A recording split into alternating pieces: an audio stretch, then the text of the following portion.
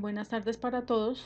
Hoy hablaremos del capítulo 12 del libro de Larson de la Universidad de Cambridge, que se llama Invitación a la ciencia cognitiva del lenguaje. Entonces, hoy vamos a hablar el tema de la semántica, que es lo que corresponde al capítulo 12. Anteriormente se ha visto que como hablantes de inglés, por ejemplo, conocemos hechos sobre la sintaxis, que las expresiones se dividen en categorías como es el verbo, sustantivo, preposición, adjetivo, que los verbos y las preposiciones suelen preceder a sus objetivos en inglés, que las palabras agrupadas forman oraciones. Además de esto, conocemos hechos sobre la semántica o estructura del significado, que las oraciones se relacionan con un sinónimo o antónimo, que son verdaderas en ciertas circunstancias y que ciertas nociones hacen o no que correspondan a palabras posibles. En tal sentido, las relaciones semánticas, al igual que otros tipos de conocimiento lingüístico, el conocimiento de la semántica evidencia la forma de ciertas habilidades que poseemos. Una de ellas es la capacidad de juzgar que varias relaciones se mantienen entre oraciones. Aquí tenemos un ejemplo. Juan creía que la Tierra es plana. Juan dudaba que la Tierra fuera plana. Juan afirmó que la Tierra es plana. Juan negó que la Tierra sea plana. Como hablantes en inglés, se sabe de manera intuitiva e inmediata que cierto tipo de relación se mantiene dentro de los pares de 1 a 2. La misma en ambos casos como una relación de incompatibilidad o exclusión en algunos tipos. Esta relación de exclusión no surge de una forma gramatical en frases como tal, sino que se sabe que hay otras parejas con la misma forma, como son sujeto, verbo, complemento o no, exhiben la relación, es decir, Juan sabía que la Tierra es plana, Juan soñó que la Tierra es plana. Del mismo modo, no surge que las formas fonéticas particulares de las palabras, esto es claro porque en otros idiomas, por ejemplo el alemán, expresan la misma relación con bastante diferencia en palabras. Es decir, aquí pues se muestra en alemán cómo es esa estructura de las frases y pues la diferencia que hay con el inglés. La relación de 1-2 en su significado, ¿sí?, expresan pensamientos contrarios. Describir situaciones mutuamente excluyentes o transmitir información opuesta, para el caso de alemán, ¿sí?, en ambas son verdaderas al mismo tiempo, y así sucesivamente. Es en virtud de los significados que tienen que las oraciones 1 y 2 se excluyen mutuamente, y en virtud de conocer los significados que juzgan que esta relación se mantiene entre sí. Pues es así que lo que afecta a esta asociación, ¿sí?, entre la oración en inglés y la oración en otro mundo, se dice, es decir, en otro idioma X, lo que pasa con los hablantes del inglés se conoce y se permite hacer juicios en cuanto a su verdad o falsedad. Si la oración es verdadera o es falsa, intuitivamente se tiene como ese concepto. Seguramente no de una forma gramatical, ¿sí?, como en muchas oraciones que se tienen de la misma forma gramatical, que por ejemplo, las vacas están en el maíz. No puede ser verdadero en una situación. Esto no con sus propiedades fonéticas, ¿sí? La misma frase alemana, Die Katze ist auf dem Mat, ¿sí?, el gato está en la alfombra, alemán, ¿sí?, también es cierto que en la situación se pronuncia de una manera muy diferente.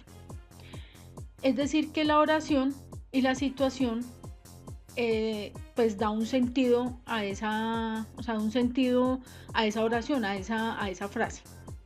Y es en virtud de lo que se hace allí. El saber qué significa es lo que permite que podamos juzgar si es verdadero o falso. Aquí vemos en la imagen un gato en la alfombra y otro gato fuera de la alfombra y con un sombrero. Entonces, ¿qué sucede allí? Las condiciones de verdad parecen ofrecer un acercamiento significativo a los significados y habilidades que fluyen pues por conocer esta situación como tal. En cuanto al conocimiento del significado como conocimiento de condiciones de verdad, ¿sí? Entonces, si se tiene claro un significado, se puede determinar si realmente está en una condición de verdad. Estos puntos aclaran la realidad de nuestro conocimiento semántico al mostrar varias cosas que en su conocimiento nos permiten hacer. Sin embargo, no establecen que el conocimiento del significado sea real. Se muestran precisamente que tenemos que internalizarlo, o sea, se alterna en la adquisición del inglés, el alemán o cualquier otro idioma natural. Entiéndase por idioma natural, pues la lengua materna. Esto que fundamenta nuestros juicios de relación semántica o verdad y falsedad. Entonces, intuitivamente, nosotros estamos fuertemente inclinados a responder sí. ¿En qué situación? Si X puede juzgar correctamente si la oración es verdadera o falsa. Siempre que ésta pueda, entonces X conoce el significado. La evidencia parece convincente en el sentido de que es difícil ver que solo otra prueba tenemos. Podría requerir que X o qué prueba más sólida podría proporcionar X, que mostrara que él o ella entendido que es el significado del gato está en una colchoneta. Es difícil ver que podría ser X faltante que cuando se combina con un conocimiento, si éste se suma al significado de este conocimiento.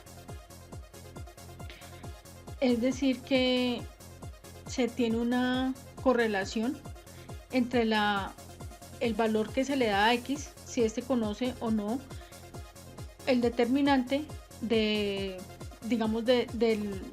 suceso que está en el momento mostrando la frase como tal o la oración. Hablamos ahora de la composicionalidad. ¿Qué es la composicionalidad? Entonces, cuando las oraciones están bien formadas en inglés o en cualquier otro idioma natural, son sencillamente ilimitadas. Con su conocimiento gramatical, los hablantes del lenguaje humano son colecciones infinitas de oraciones bien formadas, como las siguientes, de acuerdo a lo que dice de Platt en 1979. Entonces tenemos la 13A, ¿sí? Dice The horse begin, Pegasus is ball. La 13B, The horse begin, Pegasus in balls. 13C, The horse begin, Pegasus is ball. Dado este concepto creativo de la capacidad sintáctica, sabemos que nuestro conocimiento de las oraciones bien formadas del inglés no puede tomar la forma de una lista simple. Dado que la lista es infinita, el objeto finito con capacidad de almacenamiento finito, como muestra el cerebro, simplemente podría no acomodarlo. Sobre esta base se concluyó que el conocimiento sintáctico debe codificarse en la forma de una oración del inglés con los elementos más pequeños, sustanciales tales como las palabras. Entonces tenemos 14A, 14B y 14C. La 14A, el caballo detrás de Pegasus, pronto si cumple, si P1, ¿sí? El caballo detrás de Pegaso es pronto, o sea, es rápido si cumple P2. El caballo detrás del caballo Pegaso pronto si cumple si P es 3. ¿Esto qué quiere decir? Están diciendo que el caballo que hay detrás del caballo que está detrás de Pegaso es rápido, siempre y cuando se cumpla, ¿qué? La frase 1, la frase 2 y la frase 3. Si estas son concluyentes o no. Los problemas similares que surgen con el significado y el conocimiento de estas condiciones de verdad. Entonces, las expresiones 13 para nuestro caso no solo están bien formadas, son frases en inglés, todas son significativas y más que eso, la 13A, 13B, 13C, que son las que complementan, o sea, la que forman la frase como tal, y así sucesivamente si se generaran más frases, todas tienen diferentes significados o diferentes condiciones de verdad. El primero es verdadero solo en situaciones que contiene al menos 2 caballos. El segundo solo si se tiene al menos 3 caballos. El tercero solo si se tiene al menos 4 caballos y así sucesivamente. Dado que la colección de interpretaciones asociadas a la oración 13a es infinita en el número. Es claro que nuestro conocimiento con las condiciones de verdad para las oraciones de inglés no puede tomar la forma de una lista como en el caso de la 14, ¿sí?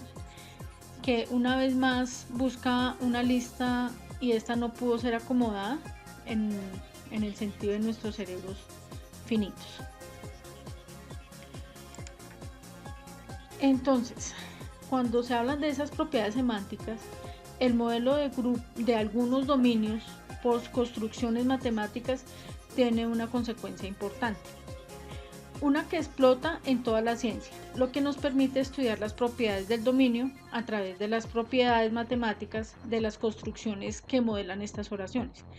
Es así que las propiedades matemáticas se pueden describir y manipular con precisión. En este caso la comprensión es profunda. Las virtudes de tesis también se mantienen en el dominio de la semántica. Al modelar formalmente aspectos de significado, se puede capturar y estudiar propiedades lingüísticas muy importantes de una manera específica o particular.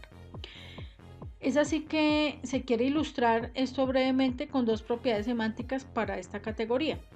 De los determinantes naturales del lenguaje, o sea, la vinculación direccional y la conversatividad, es una semántica léxica y de composicionalidad. Esto de acuerdo a Bárbara Parchin.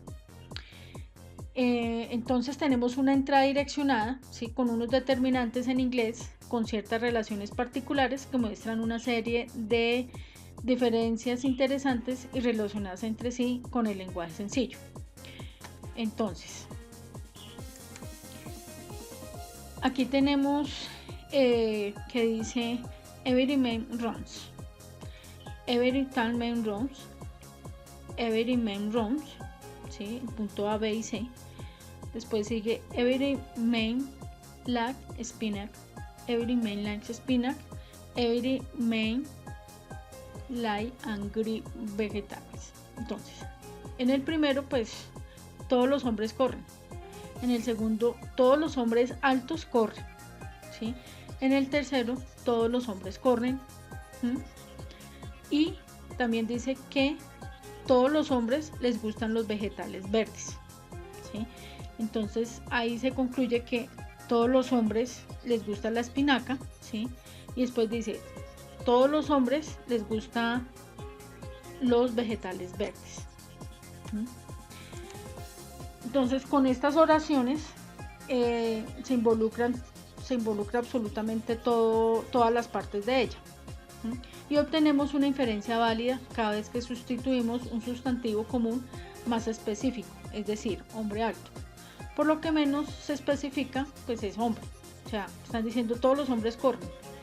En la segunda están diciendo que todos los hombres altos corren, es decir, que se están excluyendo los hombres bajos. Y es así, pero no es viceversa.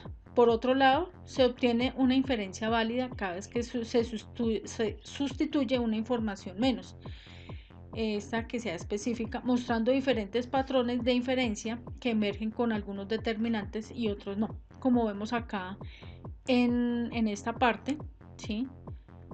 Que se había mencionado en el ejemplo anterior. Entonces, que todos los hombres corren, que solamente los hombres altos corren y así sucesivamente. Entonces, siempre que se infiere de una frase menos específica a una más específica, ¿qué pasa? Entonces, ¿cómo se puede establecer la propiedad semántica detrás de estos patrones de interferencia? Tomando determinantes para corresponder semánticamente a las relaciones binarias de entre conjuntos, donde el nombre común proporciona el primer argumento, digamos este X, de la relación y los suministros de falso o verdadero en el segundo argumento Y. Las propiedades relevantes se pueden capturar en un conjunto de menos específico a más específico, donde se produce una inferencia válida. La vinculación direccional es una propiedad bastante simple de los determinantes, pero tiene un interés considerable para los lingüistas. Esto parece arrojar una luz sobre ciertos hechos desconcertantes de la gramática inglesa, donde se considera la distribución de palabras como siempre y cualquiera y frases como maldita sea. Se mueven una pulgada. De estas formas pueden ocurrir sin problema solo en ciertas condiciones bastante restringidas. Ambientalmente, el orden provisto de un elemento negativo, una palabra como no o nunca, no, no o nunca. Ahora hablemos de la conversatividad. La vinculación direccional en una propiedad semántica que distingue determinantes como todos, algunos o ninguno, es decir, argumentos en diferentes posiciones. Esto es interesante porque parece arrojar pues que estos hechos específicos de la gramática del inglés y otras semánticas, entre todos, algunos y no se comparten. Estos son los intereses por los que parecen decirnos algo sobre el lenguaje humano en general. Parece dar un posible concepto humano determinante. Una de las propiedades ha sido estudiada con cierto detalle en la conservatividad, que considera tres relaciones determinantes. Tenemos acá 39, 39A, 39B y 39C. Cada XY si XXY. Algunos XY si XXY a la 1 da 0. En la 39C dice no, o sea, no hay ninguno si X por Y, si XX y Y son igual a 0. Dado en 39A podemos evaluar la verdad de una oración que contiene un sustantivo para cada oración X, verificando si todos sus miembros están en el conjunto correspondiente del valor predeterminado Y la manera en que de manera similar con algunos, en el caso del 39B, donde se puede ordenar a través del nombre común, verificando que algunos de sus miembros estén en el conjunto de un valor determinado finalmente. Entonces, si 39C se puede ordenar a través de un nombre común, verificando que ninguno de sus miembros está en el conjunto de un valor predeterminado. Entonces, ya que se tiene, digamos, un concepto sobre esto, hay una regularidad importante, y es que cuando se observa que en cada caso siempre se puede trabajar con miembros del nombre común, es decir, un sustantivo común uniforme que establece una escena y se limita a la colección de individuos sobre los cuales debemos ubicarnos haciendo la evaluación. Esta es una regularidad con todos, algunos y con los que no se encuentra en todas las relaciones similares a los cuantificadores. Considerar las relaciones expresadas por todos, pero y por todos, excepto como aparece en el ejemplo 40AB, que lo tenemos acá. Todos menos los niños recibieron un premio. ¿Qué quiere decir? Que ningún niño recibió un premio. Todos excepto las madres asistieron. Entonces, aquí estaría la explicación. Intuitivamente, para evaluar si 40A es verdadero, se clasifica un conjunto de niños para ver destinatarios. Más bien debemos mirar solo a los no varones. Esto pues es discutible. De manera similar, no se observan a las madres, sino a los que no son madres en la evaluación. Esta noción de establecer la escena o arreglar la colección sobre lo cual cuantificamos es allí donde se habla de que si se está teniendo en cuenta el conjunto de niños, ¿sí? Estamos hablando de solamente niños, no niñas. Entonces, por eso es que era discutible en ese sentido. Esta noción de establecer la escena o arreglar la colección sobre la cual cualificamos, que caracteriza a todos, algunos y no, pero no todos, excepto y todos, excepto es esencia, la propiedad de la conservatividad. Ahí es donde tenemos como en sí qué es esta parte de la conservatividad. Hasta aquí va el capítulo 12, ¿sí? pues es un poco complejo, pero sí es importante tener en cuenta esa semántica inglesa, donde sí se verifican muchas propiedades de, digamos, de lo que es verdadero y falso en relación a otros idiomas. Bueno, y eso es todo. Muchas gracias. Espero haya quedado un poquito claro este tema del capítulo 12. Muchas gracias.